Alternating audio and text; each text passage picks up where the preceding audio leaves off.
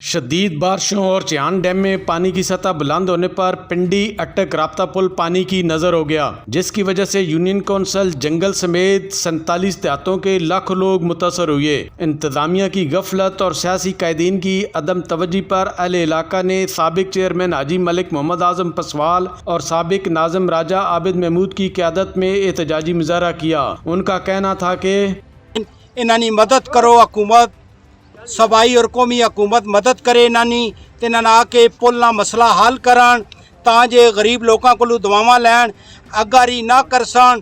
یہ عوام ایئرپورٹ نے گیٹ اگے بھی پرامن متجاج کرسی، موٹر وے بھی بند کرسی۔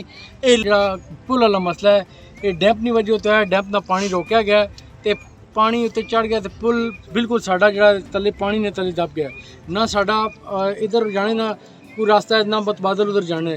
اس نے متبادل جڑے راستے ہیں میں پہلے بھی دس چکا ہوں، اس نے متبادل جڑے راستے ہیں وہ بہت لمبے ہیں، وہ گھنٹے ڈیڑھ گھنٹے راستہ ہے۔ آپ آ کر موقع دیکھیں کیا ہو رہا ہے ہمارے ساتھ۔ 47 گاؤں متاثر ہو رہے ہیں، ہمارے بچے سکول سے غیر حاضر ہو رہے ہیں، کیونکہ ہمیں بھی شوق ہے کہ اعلیٰ اسکولوں میں تعلیم دلوائیں۔